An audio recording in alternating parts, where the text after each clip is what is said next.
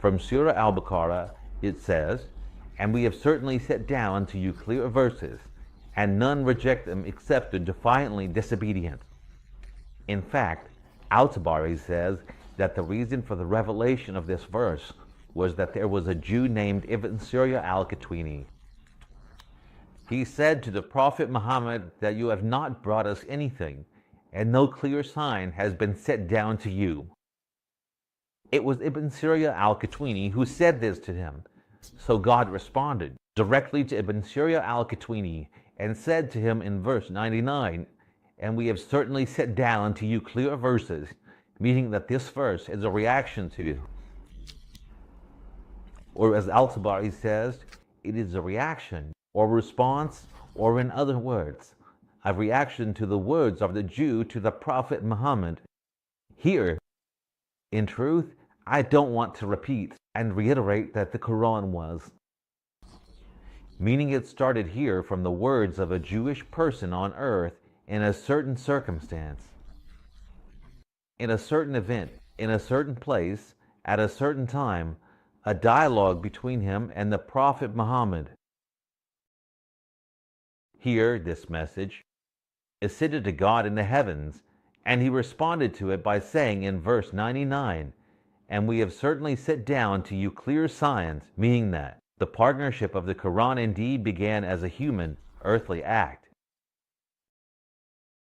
and ended as a divine, heavenly statement in the sky. Therefore, the Quran is a partnership between God and humans, a partnership between earth and heaven, meaning it did not descend separately from God without human involvement. Because Ibn Surya al-Qatwini, when he said this to the Prophet, did so with his own will, separate from the will of God. It is impossible for God to push or want to push Ibn Surya al-Qatwini to say this to the Prophet, so that God would reveal a verse. This is not logical at all, and it is not permissible to attribute such actions to God. This is a human action completely independent of God's will.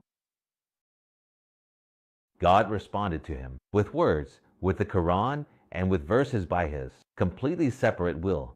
I don't want to repeat again that knowledge is different from will. God knows everything. He knows that Ibn Surya will say this to the Prophet, and that the Prophet will respond in a certain way. He knows, but he does not will it. We just need to differentiate between knowledge and will, and those who do not understand this should refer to the science of Tawheed, verse 100. You say, or whenever they make a covenant, a party of them discards it. Rather, most of them do not believe. The truth is, I do not have a daily verse. I do not have a question or anything about it. I mean, he says, or whenever, or here means does. Does it mean that every time they make a covenant, a group of them breaks it? It refers to the Jews, or those who break covenants. The verse intends to say this, and honestly, I don't have a question about it. Verse 101 says, "And when a messenger from Allah came to them confirming what was with them." This messenger refers to the Prophet Muhammad, by the way, confirming what they had, the Torah. The message brought by Prophet Muhammad, the Quran, confirms the Torah. Well, that's very good. Or confirming what they had, what happened then? A group from those who were given the book, in the past, which is the Torah, the book of Allah in the present, which is the Quran. So when Prophet Muhammad came with his book, there was a group of Jews who were given the book, given the Torah in the past, who rejected the new prophet with his book, the Quran. All right, behind their backs, as if they do not know. In fact, Al-Qurtubi here says that those who were given the book refers to the Torah, the book of Allah, the Quran. The truth is, was it natural for the Jews to reject the new book with the new prophet because they already had a prophet's book? Or was that not natural? That's the question. This is a question in verse 101, meaning, were they supposed to believe in the new prophet and the new book? Or should they believe in their own book and prophet? We don't feel it. Verse 102 says, "And they followed what the devils recited during the reign of Solomon. Solomon did not disbelieve, but the devils disbelieved, teaching people magic and what was sent down to the two angels in Babylon, Herod and Meroth. And they do not teach anyone until they say, 'We are only a trial,' so do not disbelieve. And they learn from them that by which they cause separation between a man and his wife. But they do not harm anyone except by permission of Allah. And they learn what harms them and does not benefit them. They certainly knew that whoever purchased it would have no share in the hereafter, and wretched is that for which they sold themselves, if they only knew." Let's now take 11. Let's go quickly so that time doesn't slip away from us, and so we can move little by little. Here it says, "And they followed." Pay attention, we will take it word by word and sentence by sentence, meaning I won't go back to the verse again, since I've read it once already. Alright, "and they followed," referring to the Jews.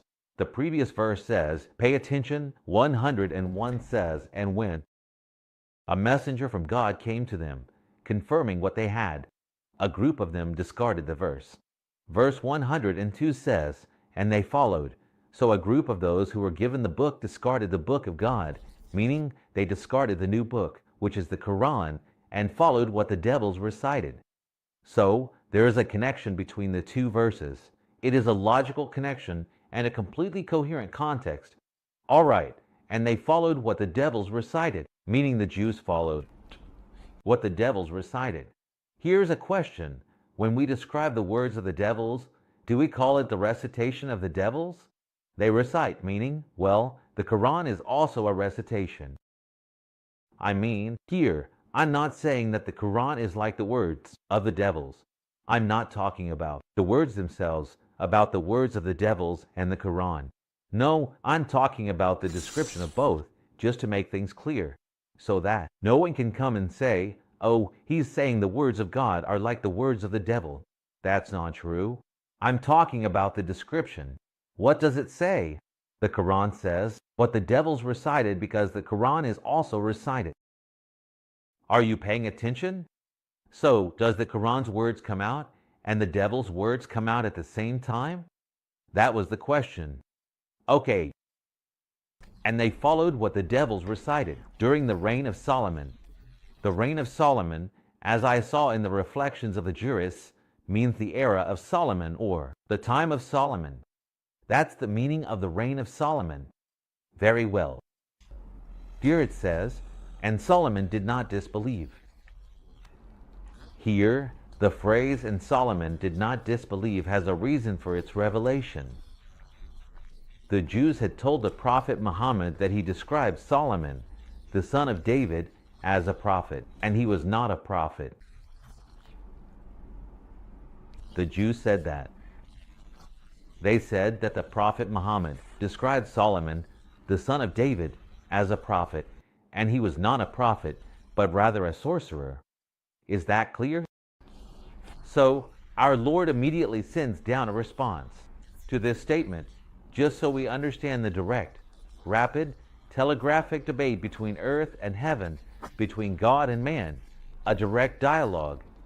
God reveals, saying, "And Solomon did not disbelieve."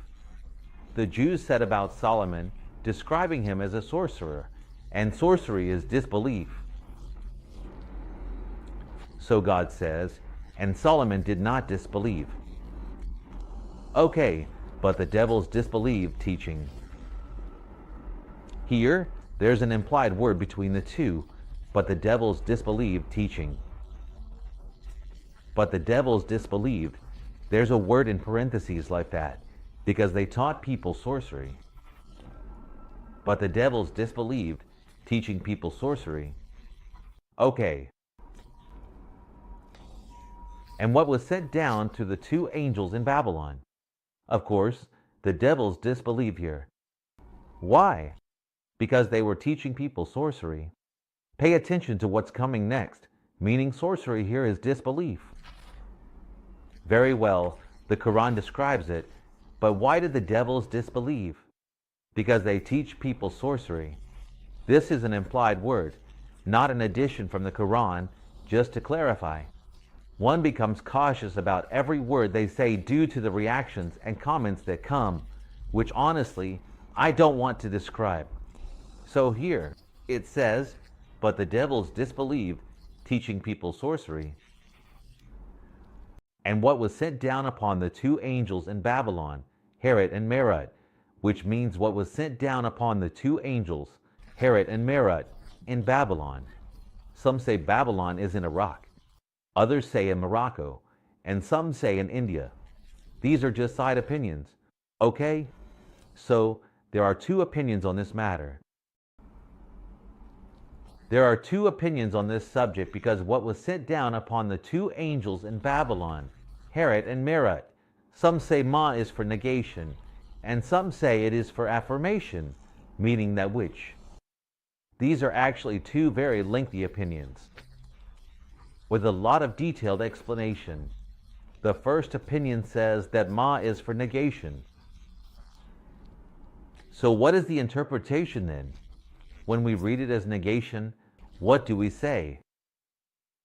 We say, and Solomon did not disbelieve, nor was anything set down upon the two angels in Babylon, meaning that no magic was sent down upon the two angels. No magic was sent down upon the two angels. So there are two things. Solomon did not disbelieve, and no magic was sent down, or no magic was sent down upon the two angels in Babylon, Herod and Marut. Both did not happen. Solomon did not disbelieve, and Herod and Marut did not have magic sent down upon them. That's the negation. I think that's clear. Now, the other is the affirmation, which is the one that. And what was sent down upon the two angels in Babylon. So what is the estimation here? The estimation here is, but the devils disbelieved, teaching people magic. Pay attention with me here. And teaching people magic, and the other thing is the magic that was sent down upon the two angels in Babylon, Herod and Marut. This is the second estimation, which is the affirmation. The affirmation, once again, is the one that. But the devils disbelieved, teaching people magic and sorcery. And they also teach people what was sent down to the two angels in Babylon, Herod and Marut. This is an interpretation.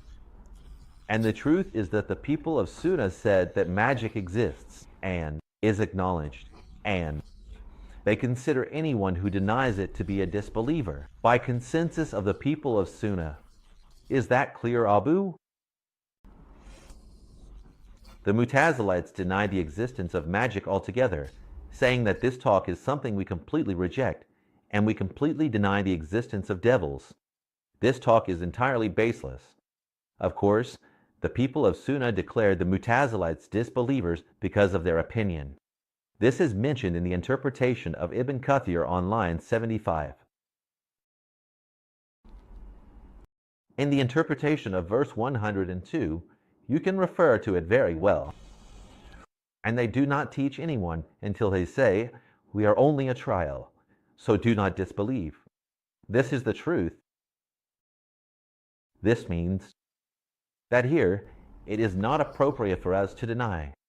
I mean, the opinion that says we have two views, a negating view and an affirming view, you cannot go with the negating view here.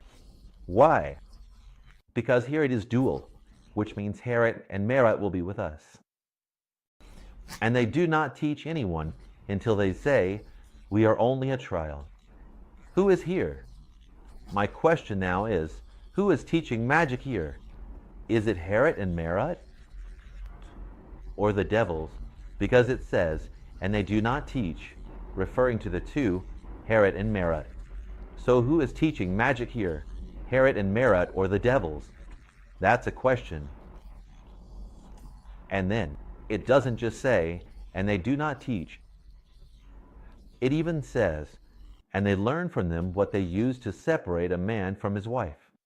So, this means you are talking about two who are present. But we are a trial, so do not disbelieve.